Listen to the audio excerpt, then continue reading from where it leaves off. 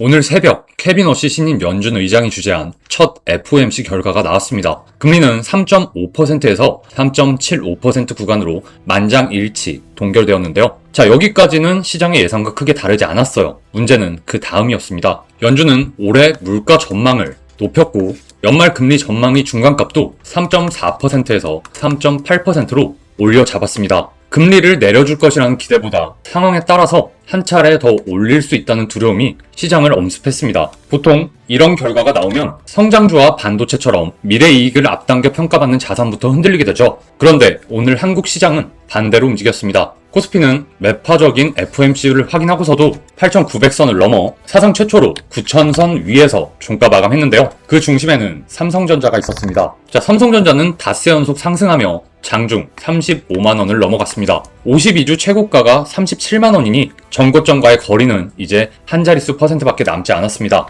이미 많이 오른 것도 사실입니다. 1년 저점이 5만원이었으니까 현재 주가는 1년 저점 대비 6배가 넘습니다. 시가총액도 2천조 원을 넘어섰고 글로벌 자산 순위에서도 상위권에 들어왔습니다. 그래서 지금 삼성전자를 보는 질문은 단순히 더 오를까가 아닙니다. 이 회사가 여전히 메모리 가격이 오를 때만 강해지는 경기 민감주인지 아니면 HBM과 파운드리, AI 데이터 센터와 첨단 공정까지 함께 진 AI 반도체 기업으로 다시 평가받기 시작한 것인지가 더 중요한 질문입니다. 마침 그 답을 가릴 변수들이 한꺼번에 겹쳐 있는데요. 하나는 6월 23일 발표되는 MSCI 시장 분류 결과입니다. 다른 하나는 HBM 펄을 중심으로 삼성이 엔비디아의 차세대 공급망에 다시 들어갈 수 있느냐의 문제입니다. 여기에 오랫동안 적자를 이어온 파운드리가 실제 흑자 전환으로 방향을 틀 수 있느냐는 세 번째 변화까지 붙어 있습니다. 자, 그래서 오늘 영상은 글로벌 시장 환경에서부터 출발해 삼성전자 안에서 실제로 어떤 변화가 일어나고 있는지에 더 무게를 두고 살펴보도록 하겠습니다. 먼저 매파적인 FOMC 결과에도 시장이 강세를 이어간 이유를 짚어보겠습니다. 그 다음으로 MSCI 선진지수 기대와 메모리 반도체 슈퍼사이클이라는 이 두 흐름이 왜 삼성전자에서 동시에 만나고 있는지 살펴본 후 이어서 HBM 펄과 파운드리, 완제품 상업까지 넓혀 삼성전자의 사업 구조가 실제로 어떻게 달라지고 있는지 확인해 보겠습니다. 그리고 마지막으로 긍정적인 기대 뒤에 남아있는 위험 요인과 앞으로 반드시 확인해야 할 기준까지 정리해 보겠습니다. 자, 먼저 오늘 새벽 연준 FOMC부터 정리해 보겠습니다. 금리 동결 자체는 이미 예상된 결과였죠. 시장이 본 것은 금리의 숫자가 아니라 점도표와 물가 전망이었습니다. 연준은 올해 물가가 기존 예상보다 더 높게 갈 것이라고 봤고 연말 금리 전망도 올려잡으며 추가 인상 가능성까지 열어뒀습니다. 해외 투자 은행들도 이번 결과를 예상보다 매파적이라고 평가했습니다. 보통 이런 신호는 주식시장 전체의 할인율을 높이기 때문입니다. 미래에 벌 돈의 현재 가치가 낮아지기 때문에 특히 성장주와 기술주에는 부담이 됩니다. 그런데 오늘 코스피는 그 부담을 그대로 받지 않았습니다.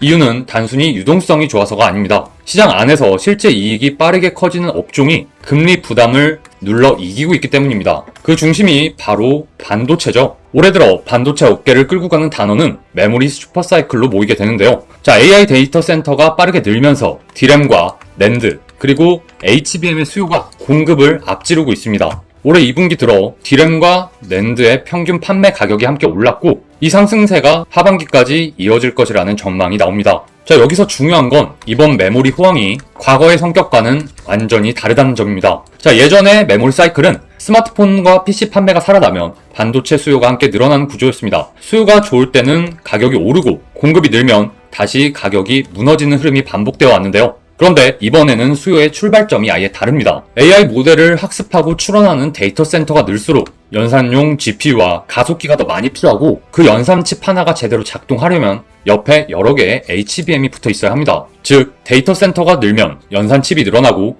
연산 칩이 늘면 HBM 수요가 늘어나는 구조라는 거죠. 단순히 가격이 상승하는 게 아니라 과거에는 없었던 대규모 수요처가 새로 생겨났다는 뜻입니다. 이 흐름이 코스피 전체를 끌어올렸습니다. 코스피는 올해 사상 최고치를 거듭 경신하고 있고 시장 전체 시가총액도 무려 7천조 원을 넘어서고 있습니다. 그리고 그 중심에는 SK하이닉스와 삼성전자가 있습니다. SK하이닉스는 HBM4의 샘플 공급 소식으로 강세를 보였고 삼성전자 역시 HBM4와 파운드리 회복 기대가 겹치며 고점 부근까지 다시 올라왔습니다. 그리고 우리는 단순히 금리가 동결됐는데도 주가가 올랐다라고만 보면 정말로 중요한 핵심을 놓치게 됩니다. 현재 시장은 금리보다 반도체 기업의 이익이 얼마나 커지는지를 더 강하게 보고 있습니다. 금리가 높은 상태로 남아 있어도 기업의 이익 증가 속도가 그 부담을 넘어선다면 주가가 버틸 수 있다는 거죠. 오늘 코스피와 삼성전자가 보여준 건 바로 그 방증입니다. 여기에 또 하나의 수급 변수가 붙습니다. 자, 오는 6월 23일 MSCI가 한국을 선진국 지수 관찰 대상국에 올릴지를 발표하는데요. 자, 시장은 이번에 한국이 워치리스트에 오를 가능성을 이전보다 높게 보고 있습니다. 물론 워치리스트에 오른다고 당장 선진국 지수에 편입되는 것은 아닙니다. 약 2년간의 관찰 기간을 거쳐 실제 편입 여부가 가려지는 구조입니다.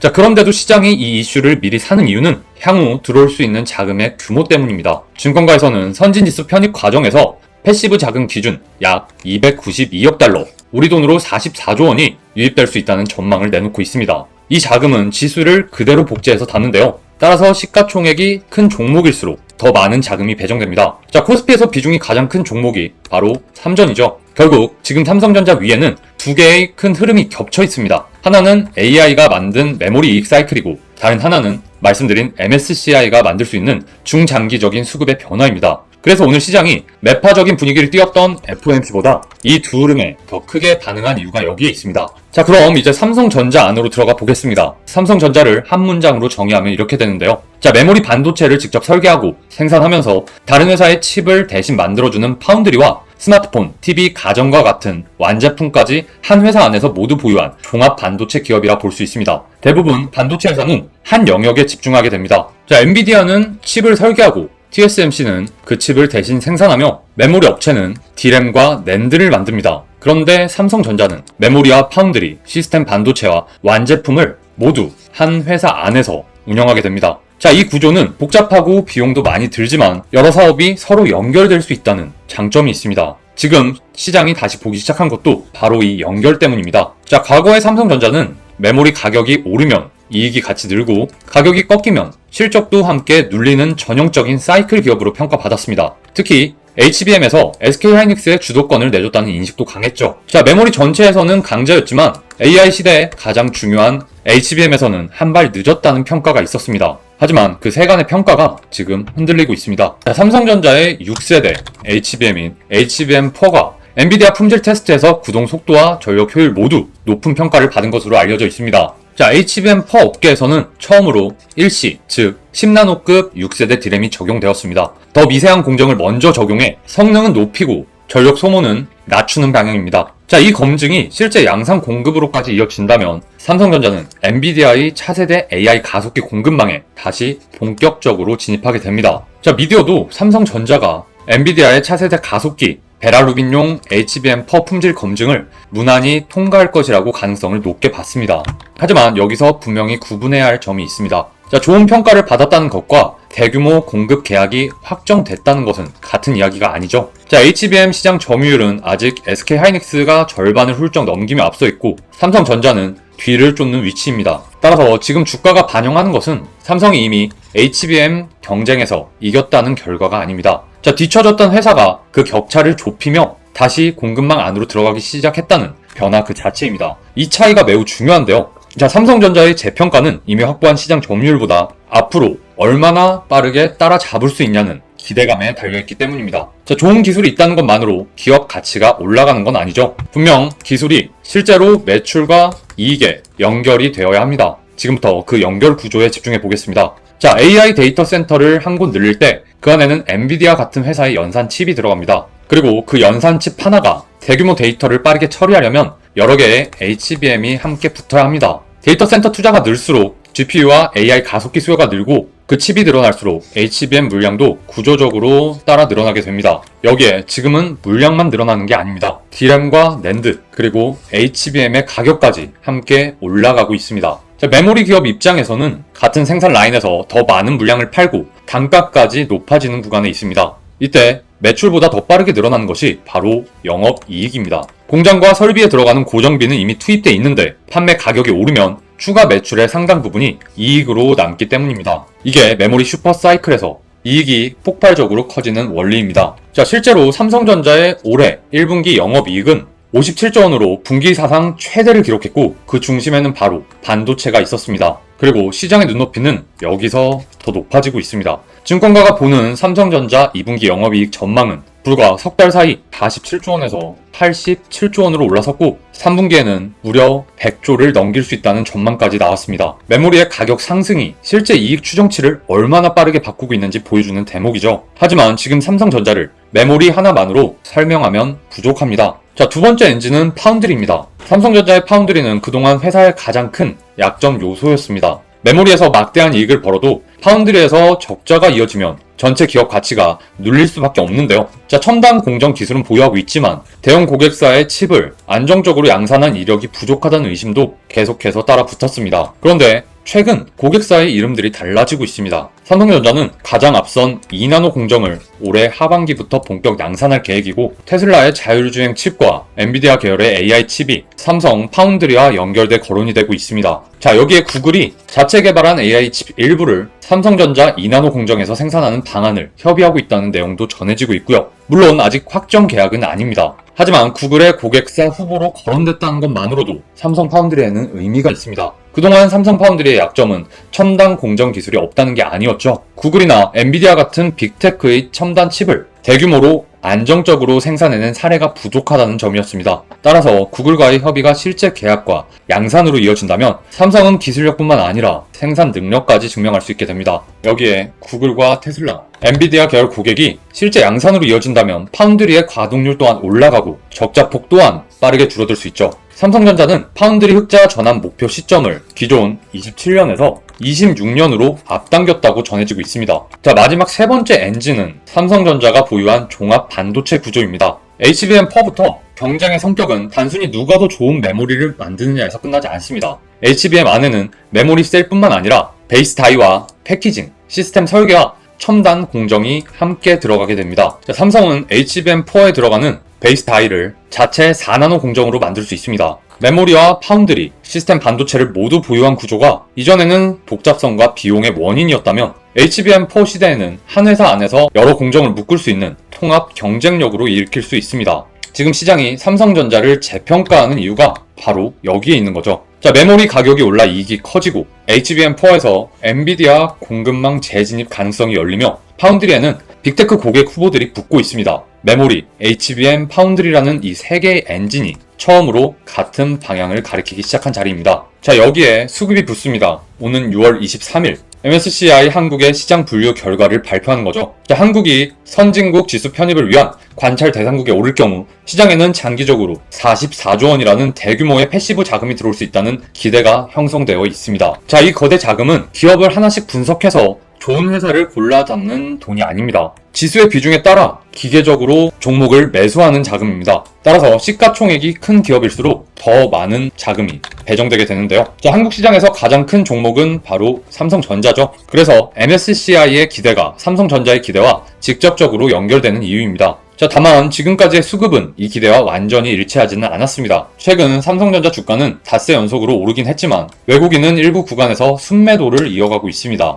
외국인 보유율도 47%대에서 뚜렷하게 높아지지 않고 있죠. 자, 이번 상승을 실질적으로 떠받친 쪽은 기관과 개인에 가까웠습니다. 이건 두 가지로 해석할 수 있는데요. 자, 하나는 외국인이 아직 삼성전자의 재평가 논리를 완전히 신뢰하지는 않는다는 뜻입니다. 다른 하나는 6월 23일 결과를 계기로 외국인 자금이 다시 들어올 여지가 남아있다는 뜻이기도 합니다. 중요한 건 기대와 실제 자금을 구분하는 일인데요. 자, MSCI 워치리스트에 오른다고 곧바로 44조라는 큰 돈이 들어오는 게 아닙니다. 실제로 선진국 지수 편입까지는 긴 관찰 시간이 필요하죠. 또 실제 편입 시점에는 신흥국 지수에서 빠지면서 오히려 일부 자금이 유출될 수 있다는 분석도 있습니다. 따라서 6월 23일은 모든 것이 확정되는 날이 아니라 시장이 미리 반영한 기대가 한 단계 더 현실에 가까워지는지 아니면 다시 뒤로 밀리는지를 확인하는 날이고요. 자, 삼성전자 입장에서는 이 결과 전후로 외국인이 실제 순매수로 돌아서는지가 더 중요하다고 볼 수 있습니다. 자, 그리고 삼전의 좋은 이야기만으로 현재의 주가와 그리고 미래를 예측할 수는 없겠죠.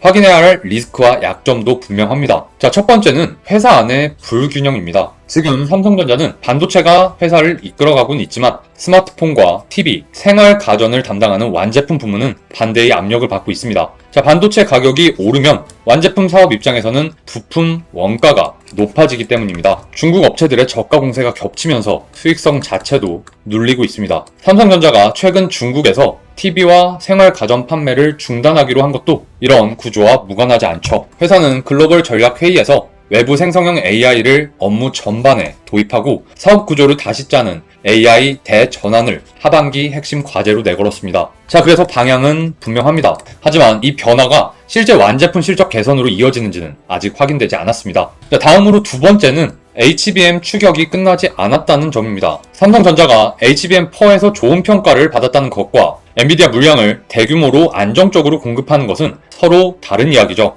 자, 품질 검증을 통과한 뒤에도 수율과 양산, 안정성, 공급 물량과 단가가 실제 실적을 결정하게 됩니다. 여기서 SK하이닉스와의 점유율 격차가 얼마나 빠르게 줄어드는지까지 지켜봐야 할 부분입니다. 셋째는 파운드리입니다. 구글과 테슬라, 엔비디아라는 이름이 거론되는 것은 매우 긍정적이지만 협의와 검토가 실제 계약과 양산으로 바뀌어야 적자 구조도 달라지게 됩니다. 자, 파운드리의 경우 투자 규모가 크고 수율이 안정되기까지 시간이 매우 오래 걸립니다. 한두 고객사의 이름만으로는 흑자 전환을 단정할 수 없습니다. 자, 마지막 네 번째는 이미 높아진 시장의 기대입니다. 주가는 1년 저점의 6배가 넘고 정고점 바로 아래까지 왔습니다. 기대가 빠르게 반영된 만큼 실적이 시장의 높은 눈높이에 미치지 못하면 변동성이 커질 수 있습니다. 그래서 지금 삼성전자를 볼 때 많이 올랐으니 끝났다와 좋은 이야기만 있으니 계속 간다. 이 두 개의 이야기 사이에서 균형을 잡아야 합니다. 중요한 건 주가가 얼마나 올랐는지가 아니라 올라온 가격을 앞으로의 이익이 실제로 설명할 수 있느냐입니다. 자, 차트도 짧게 한번 체크해 보겠습니다. 자, 삼성전자는 닷새 연속 상승하면서 장중 35만원대까지 올라와 있는데요. 자, 52주 최고가 37만 7천원과의 거리는 크게 줄어들었습니다. 자, 현재 주가는 주요 이평선들 위에 있고 중기 추세도 상승 방향을 유지하고 있습니다. 다만 최근 상승 속도가 빨랐고 중기 이평선과의 거리도 크게 벌어져 있죠. 이 구간에서는 작은 뉴스에도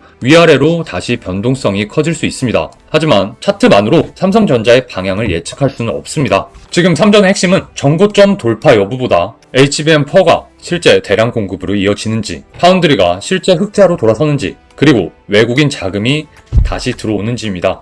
차트는 현재 주가가 기대를 상당 부분 앞서 반영한 위치라는 점만 보여주고 있습니다. 자, 그럼 오늘 영상 초반에 던졌던 질문으로 다시 돌아가 보겠습니다. 자, 매파적인 FOMC 결과가 나왔는데도 삼성전자는 어떻게 정고점까지 올라갔을까? 제가 보기에는 삼성전자가 금리라는 단기 변수보다 더 큰 흐름 위에 올라섰기 때문입니다. AI 데이터 센터 투자가 만든 메모리 사이클, 엔비디아의 차세대 공급망 재진입 가능성을 높인 HBM4, 빅테크 고객사가 거론되기 시작한 2나노 파운드리, 그리고 6월 23일 MSCI 시장 분류 결과가 가져올 수 있는 중장기 수급 변화까지 이렇게 서로 다른 네 가지의 흐름이 현재의 삼성전자라는 한 종목 위에서 동시에 만나고 있습니다. 그래서 최근 삼성전자의 상승은 단순한 반도체 테마나 유동성만으로는 설명하기 어렵습니다. 메모리에서 벌어들이는 이익이 빠르게 커지는 동시에 그동안 삼성전자의 할인 요인이었던 HBM과 파운드리가 새로운 성장 동력으로 바뀔 가능성을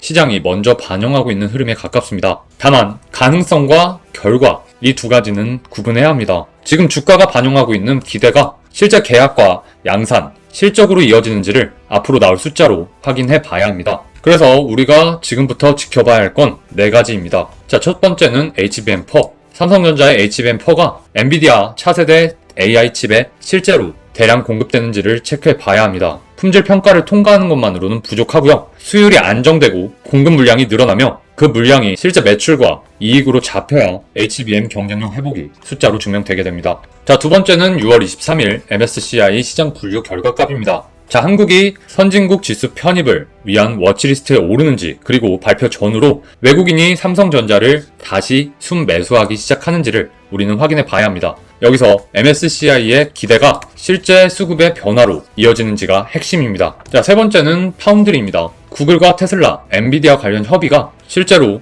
계약과 양산으로까지 이어지는지, 그리고 4년 넘게 적자를 이어온 파운드리가 예고대로 흑자로 돌아서는지를 꼭 지켜봐야 합니다. 파운드리의 적자가 줄고 이익이 나기 시작하는 순간이 삼성전자 전체 기업 가치를 다시 평가하는 가장 중요한 분기점이 될 수 있습니다. 자, 마지막 네 번째는 완제품 사업의 회복입니다. 자, 반도체에서 벌어들이는 이익이 커지는 것과 삼성전자의 전체 체질이 좋아지는 것은 같은 이야기가 아니죠. 자, 스마트폰과 TV, 생활 가전 부문의 수익성까지 회복돼야 반도체 한쪽에 기대지 않는 안정적인 이익 구조가 완성됩니다.